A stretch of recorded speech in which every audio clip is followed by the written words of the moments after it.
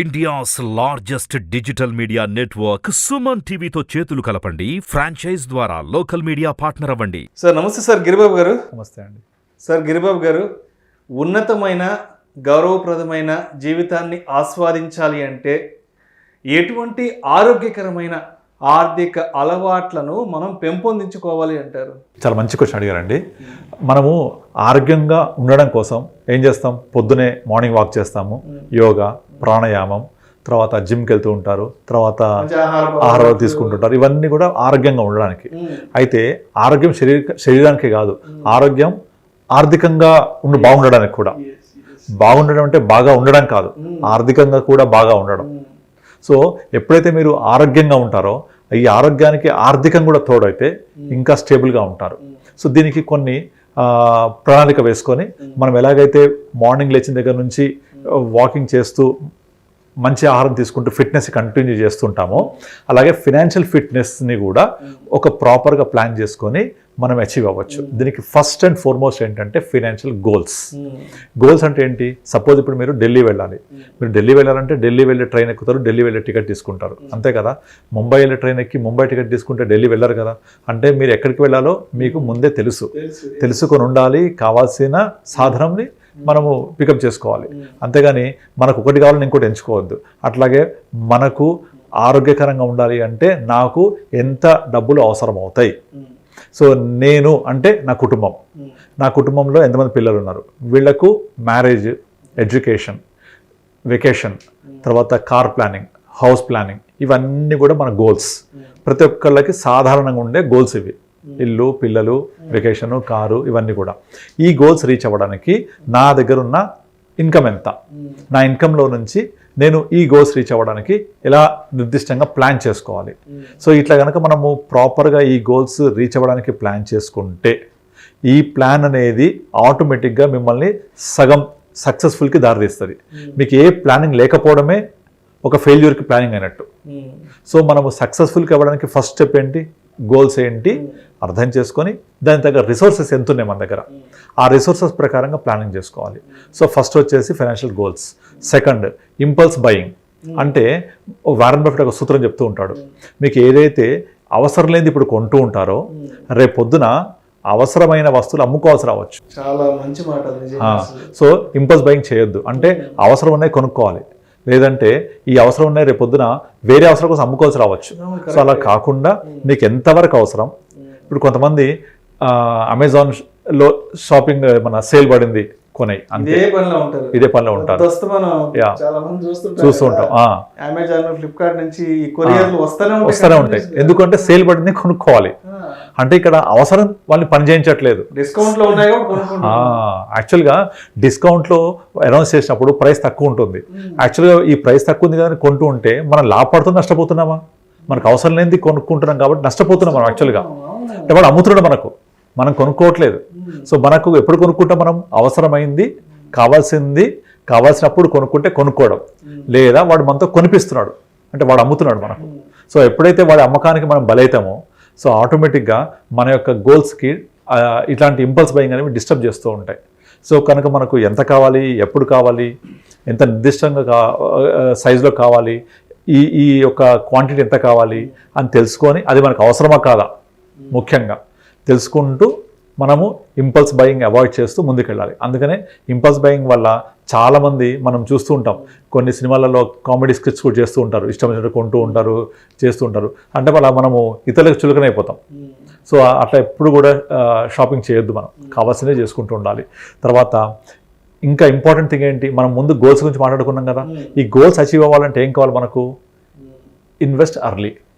అది ఇప్పుడు అలవాటు చేసుకోవాలి. ఇప్పుడు మీకు ట్రైన్ 6 o'clock ఉంది అంటే ఇంటి దగ్గర 4 o'clock స్టార్ట్ అవ్వాలి. ఎందుకంటే మధ్యలో ట్రాఫిక్ రావచ్చు, ట్రాఫిక్ వల్ల మనం ఇరుక్కుపోవచ్చు. సో మనము ఎప్పుడైతే ఒక టైంకి ముందుగా ప్లాన్ చేసుకొని వెళ్తే హ్యాపీగా స్టేషన్కి రీచ్ అవుతాము, హ్యాపీగా ట్రైన్లో కూర్చుంటాం. లేదంటే ఉరుకులు పరుగులు ఏమైనా జరగవచ్చు. ఇదే లైఫ్లో కూడా అంతే సేమ్. మనము అర్లీ ఇన్వెస్ట్ చేయాలి. మీకు నార్మల్గా లాస్ ఆఫ్ డిలే అని ఒకటి ఉంటుంది, డిలే కాస్ట్. ఇప్పుడు నార్మల్గా ఒక స్టోరీ కూడా చెప్తూ ఉంటాం. రామ్ శ్యామ్ ఇద్దరు ఒక 30 years స్టార్ట్ చేస్తారు, ఒక 35 స్టార్ట్ చేస్తారు. 60 years వరకు అలా ఇద్దరు గెయిన్ చేసే total investment value huge difference ఉంటుంది.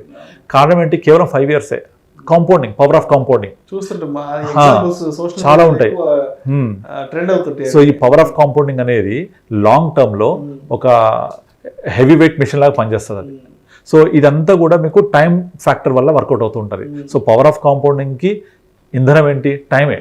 మనం ఎంత ఇన్వెస్ట్ చేస్తున్నాం కాదు, ఎంత కాలం ఇన్వెస్ట్ చేస్తున్నాం. So time is the superior king.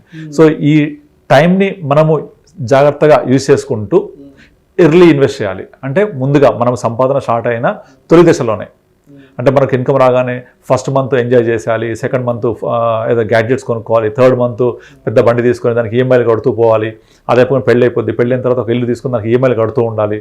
కడుతూ ఉంటే రిటైర్ అయిన తర్వాత చూస్తే ఏముండదు, ఇల్లు ఒకటి మిగిలి ఉంటుంది. సో ఇలా కాదు.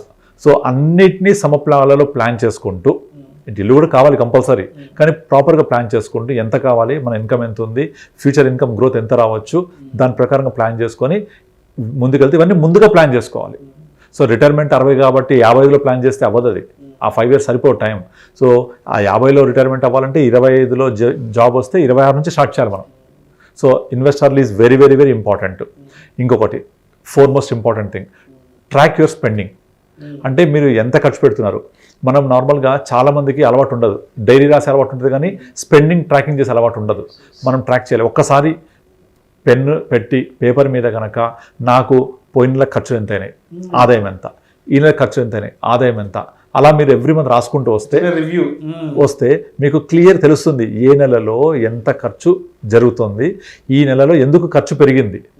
సో మీరు ఒక్కసారి కనుక రాసడం మొదలుపెట్టి ఇన్కమింగ్ ఎంత, అవుట్ గోయింగ్ ఎంత చెక్ చేసుకుంటే క్లియర్ కట్గా ఎక్కడ అవాయిడ్ చేస్తే తెలుస్తుంది మీకు. ఈ ట్రాకింగ్ చాలా ఇంపార్టెంట్. ట్రాక్ చేసుకుంటూ మనం ప్లాన్ చేసుకుంటే హ్యాపీగా మన యొక్క ఇన్కమ్ని అడ్జస్ట్ చేసుకుంటూ వెళ్ళొచ్చు. అప్పులు చేయడానికి అవకాశం ఉండదు అప్పుడుగా. So tracking of spending is చాలా చాలా ఇంపార్టెంట్. దీని తర్వాత ఇంకొకటి last 5th one. So automate savings. Automate savings అంటే ఏంటి? చాలామంది ఏం చేస్తారు, జీతం వచ్చిన తర్వాత, ఖర్చులు అయిపోయిన తర్వాత ఏదైనా మిగిలితే సేవ్ చేస్తారు. కాదు, జీతం వచ్చాక ఫస్ట్ సేవింగ్స్కి తీసేసేయండి. Income minus saving should be your expenses. So income X amount వస్తే సేవింగ్స్లోకి తీసేసేయండి, బ్యాలెన్స్ మిగిలింది స్పెండ్ చేయండి. సో ఇలా కనుక మీ సేవింగ్స్ని ఆటోమేట్ చేయాలి. అది కూడా మళ్ళీ సో నాకు మొత్తం ఖర్చులు అయిపోయాక మిగిలింది పెడతా అంటే దాదాపుగా జరగదు. సంవత్సరంలో నేను ప్రతి నెల మిగిలిన డబ్బులే నేను సేవింగ్ చేస్తా అంటే సంవత్సరంలో కనీసం మీరు 5-6 నెలలు కూడా చేయలేరు. కనుక ఫస్ట్ మీరు సేవింగ్స్ని ఆటోమేట్ చేసేసేయండి. సో క్లుప్తంగా చెప్పుకుంటే ఫస్ట్ ఏంటి? Financial goals. మనకు ఫైనాన్షియల్ గోల్స్ క్లియర్ కట్గా డిజైన్ చేసుకొని ఉండాలి. తర్వాత మీరు ఇంపల్స్ బయింగ్ చేయకూడదు. ఇంపల్స్ బయింగ్ అంటే ఏంటి? మనకు అవసరం లేనిది కొంటూ ఉండకూడదు. తర్వాత ఈ ఫైనాన్షియల్ గోల్స్ని మనం రీచ్ అవ్వాలంటే ఇన్వెస్టర్లీ చిన్న వయసు నుంచి ఇన్వెస్ట్ చేయడం స్టార్ట్ చేసుకోవాలి. తర్వాత మనము ఎంత స్పెండ్ చేస్తున్నాము మంత్లీ ఇన్కమ్లో నుంచి అనేది ట్రాకింగ్ చేసుకోవాలి. Track your spendings. ఇవన్నీ అయిపోయిన తర్వాత ఆటోమేట్ యువర్ సేవింగ్స్. అంటే సేవింగ్స్ అనేది ఆటోమేటిక్గా వెళ్ళిపోతూ ఉండాలి. సో ఈ 5 పంచసూత్రాలు కనుక పాటిస్తే మీ యొక్క ఆర్థిక బలం చాలా సమకూరుతుంది. మీరు అన్నట్టుగా మన జీవితాన్ని ఉన్నతంగా మనము గడపచ్చు, గౌరవప్రదంగా గడపచ్చు.